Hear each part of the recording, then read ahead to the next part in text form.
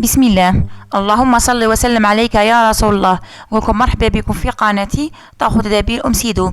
اليوم غادي نحضر معكم هذا الصابلي المحشو ببسكوي بيمو، مذاق ولا اروع. هايل البنات، ديروا في هذا العيد المبارك ان شاء الله.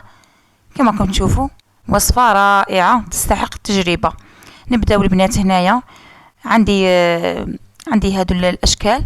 خدمت بعجينه السكر، درت هذا المول لاخاطش الصابلي نتاعي غادي نديرها على شكل دائره، وانتيا ديري الشكل اللي تحبيه، خليهم على جهه ينشفوا. ونبداو بالعجينه نتاعنا. كما راكم تشوفوا هنايا راني خدمت بهذه الزبده. للامانه هذه الزبده نتاع الصول. درت قيس 250 غرام تاع الزبده، ولهذا القوطي الكبير قسمته على زوج، درت نصه. والزبده تكون على حساب درجه المطبخ نتاعكم، خلوها على برا. ولا اذا كان البرد عندكم ديروا واحد الغاز نتاعكم وخلوها باش تجي طريه معكم وتساعدكم ما تغبنكمش. انا درت زوج حبيبات تاع البيض كاملين،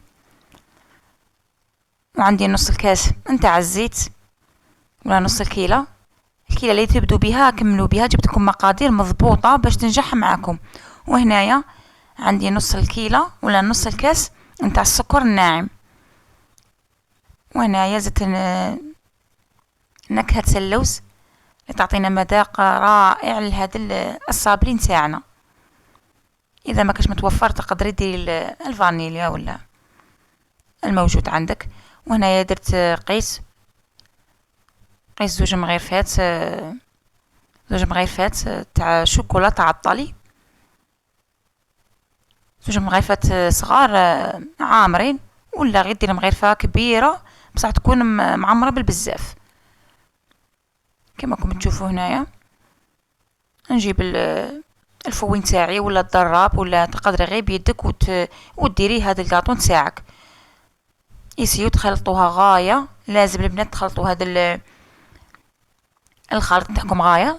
اي حلويات ولا اي كاطو يكون خدمه به بالزيت لازم تخلطيه غايه حتى ينسجموا وما يطلقناش من بعد هذاك الزيت نتاعه. خلطوها غايه حتى تتحصلوا على كريمه تجي شابه بالبزاف وطريه. لازم المكونات تنسجم معاكم. كما راكم تشوفوا خلطتها غايه. هنايا صايه اني تحصلت على هذا الكريمه ولا البومات. كما راكم تشوفوا نزيد هنا المكونات اللي باقي معايا. هنايا درت المغرفه كبيره نتاع المايزينا، والمغرفه الكبيره نتاع الكاكاو المر. هنا درت الكاكاو المر، ما حبيتش ندير الكاكاو الحلو باش ما تجيش حلوه معنا بزاف من بغينا نقلاصوها بالشوكولا. درت الكاكاو المر واني نعاود نخفق فيها ولا نخلط فيها غايه باش ندخل هذوك المكونات. وبلا ما تنسوا البنات الرشه تاع الملح الضروريه للحلويات حتى تعدل لكم المذاق نتاعكم. ندخل هذوك الحواشي هنايا باقي لي ندخلهم غايه. كما راكم تشوفوا حاولوا الخليط تاعكم تخدموه غايه باش تنجح معكم العجينه، باش ما تشقق، ما يخرج معها منها هذاك الزيت ما والو. عاود خلطها قيس 5 دقائق هكا مع الاخير. كما راكم تشوفوا وصفه رائعه تستحق التجربه، بنينه بالبزاف. وهنا البنات نبدو نزيدوا في الفرينه تاعنا تدريجيا. لازم الفرينه تاعكم تكونوا مغربلينها من قبل ولا تغربلوها وانتم تخدموا باش الكاطو تاعكم يجي مهاوي. وزدت هنايا المغرفه الصغيره نتاع الفرفاره، ما درتش بزاف، المغرفه الصغيره نتاع الفرفاره. وني نزيد في الفرينه تدريجيا حتى نتحصل على عجينه ملساء اللي نقدر نخدم بها كيما هكا. كما راكم تشوفوا هنايا نبدا نحل في هذيك العجينه نتاعي. درتها في كيس كيما هكا بلاستيكي باش يساعدني. ونحل هذيك العجينه ما ترقوهاش بزاف البنات.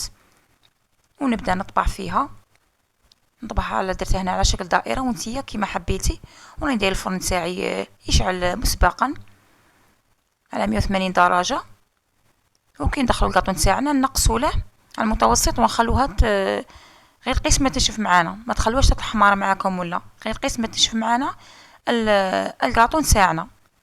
كيما راكم تشوفوا كملوا الصابلي تاعكم ولا العجينه تاعكم كامل بنفس الطريقه، وحاولوا طيبوهم قيس ما ينشفوا برك كيما قلت لكم. كملوا بنفس الطريقه، وصفه سهله رائعه، ديروها ما تندموش عليها. هنا البنات نبدا نجيب الحشو نتاعي اللي غادي نديره.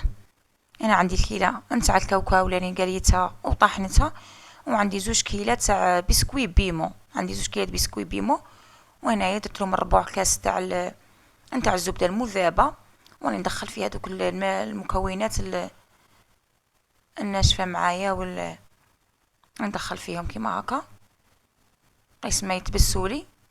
نتاكد بلي شربوا لي هذوك الدهون باش تجي معنا العجينه شابه. وهنايا زدت قيس 3 مغرفات كبار تاع شوكولا تعطلي، اني نزيد فيها بشويه وندخل باش نتحصلوا على عجينه دوك تشوفوها قدامكم. راني ندخل فيها غير بشويه كيما هكا. وهنايا البنات راني نزيد فيها بالتدريج كيما راكم تشوفوا. هذا الحشو يجي بنين بالبزاف، هايل، يعطي طعم خرافي لهذا الصابلي نتاعنا. هنا يعني نزيد في معلقه ثالثه وندخل فيها غير بشويه. لازم نتحصلوا العجينه تكون طريه، لازم تكون طريه، ما تنشفوهاش بالبزاف، لازم تكون طريه. انا بعد ما كملت هذوك 3 ملاعق كبار تاع الشوكولا، راني نزيد فيه، جبت نص كاس تاع العسل وراني نزيد فيه بالتدريج. قادره ديرك بزاف ولا اقل. هنايا راني نزيد فيه غير بالتدريج حتى نتحصل على العجينه اللي تكون طريه، نقدر نتحكم فيها بصح طريه ومشي قاصحه كيما هكا.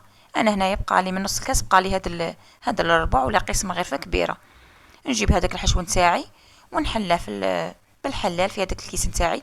ديروا كيس باش ما يغبنكمش، ونحلاه على السمك على حسب ما درت الصابلي، وعلى حسب ما درتي دائره ولا الشكل اللي درتي في الصابلي تعاودي ديري في الشكل هذا تاع الحشو كيما راكي تلاحظي.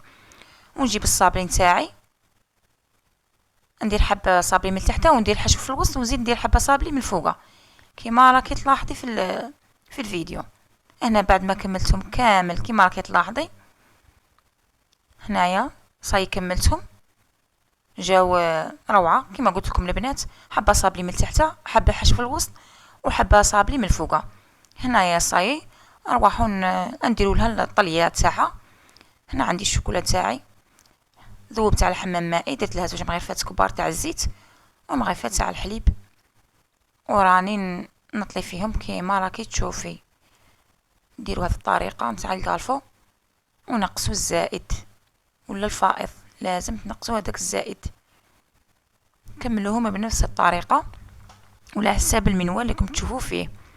نديروا البنات هذوك الضوائر تاع عجين السكر راني خدمتهم، وجبت هذا العقاش راني نزين فيه في الوسط، وانتيا زينيهم كيما حبيتي كيما بغيتي ديرهم، ولا على حسب المتوفر ولا على حسب الرغبه نتاعك كيما تبغيهم نتيا. انا درت هادو الدوائر تاع العجين تاع السكر، ودرت هادو الحبيبات تاع العقاش اللي رقاق وغذائيين في نفس الوقت، وجايين طريين في الماكله نتاعهم ما قاصحين ما والو. راني نكمل فيهم بنفس الطريقه كيما راكم تلاحظوا البنات. ما تنساونيش بلي جيم ولي كومونتير، ونقول لكم مرحبا بكم في قناتي، واشتركوا معايا مزيد من الوصفات، وغادي نزيد لكم وصفات اخرى من الحلويات. برك كملوا معايا. هنا بنات بعد ما كملتهم كامل ونشفوا لي، جبت هذا الراباي، في هذاك الراباي اللي نرابو به الثوم ولا داك الرقيق، نقوهم كاع من تحت. وجبت هذا البغيون راني ندير فيه كامل ولا ندور به كامل على هذيك الحبه تاع الصابلي تاعي باش تعطيني هذيك اللمعه الرائعه. وهذو كل العجينه، هذوك الدوائر تاع العجينه تاع السكر، جبت هذا الناكري وراني نزوق فيهم كامل ولا نلون فيهم كامل باش يعطونا نظره شابه لحبه تاع الكاطو تاعنا كيما كنتم تشوفوا.